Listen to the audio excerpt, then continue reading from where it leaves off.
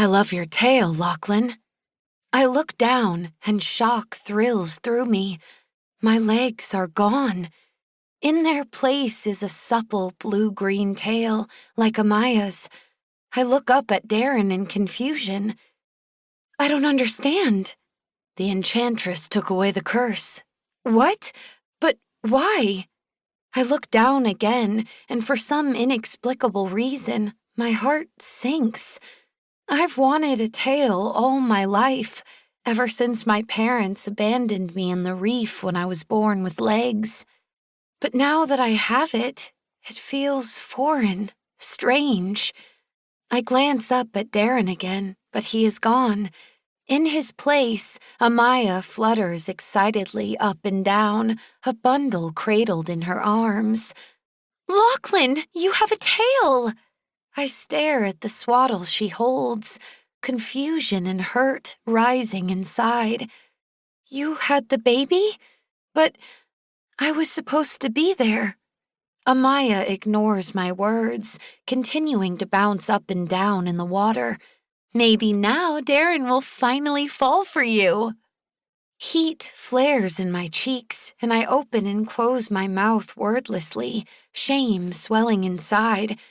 I've never told my sister how I feel about her brother-in-law, Darin Aalto.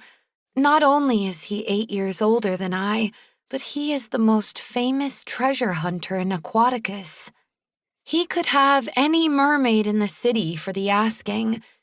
How did you— Beck will take you to see him, trills Amaya. He's out harvesting a wreck.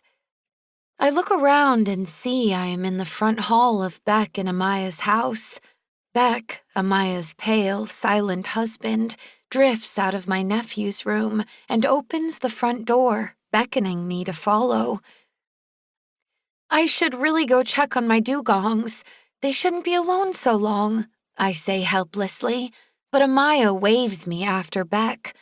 This might be your only chance, Locklyn. But Darin has never minded my legs. Slowly, I follow Beck, struggling to adjust to the feeling of having my legs tied together. We swim out through the city gates of Aquaticus and begin wending our way through the reef. The farther we venture from the city, the greater my feeling of unease grows. Beck, I say to his back, we should wait for Darin to return. You know it's dangerous to swim out into the open sea alone. Beck turns and I scream, throwing myself backward in the water. The face looking at me has haunted my nightmares for years. Gaunt and pale, framed with curtains of stringy black hair, with a huge puckered pink scar slashing across the left cheek. The palace guard, Blackwell, is leering at me. But love, I want to be alone with you. He moves toward me, and I lurch away, groping the back of my pants for my coral knife. But I'm not wearing pants. I have a tail now, and my knife is gone. I turn and streak through the reef, toward the city gates. Just a little farther. Almost there. But just as I reach the end of the reef, Blackwell appears in the gap between the two coral spikes in front of me, blocking my path. How did he get there? I whip around and swim madly in the opposite direction. I can hear Blackwell's tail churning through the water behind me, and I swim faster, bursting out of the reef and into the open ocean. Where should I go? Darin. Amaya said he was harvesting a wreck. I need to find him.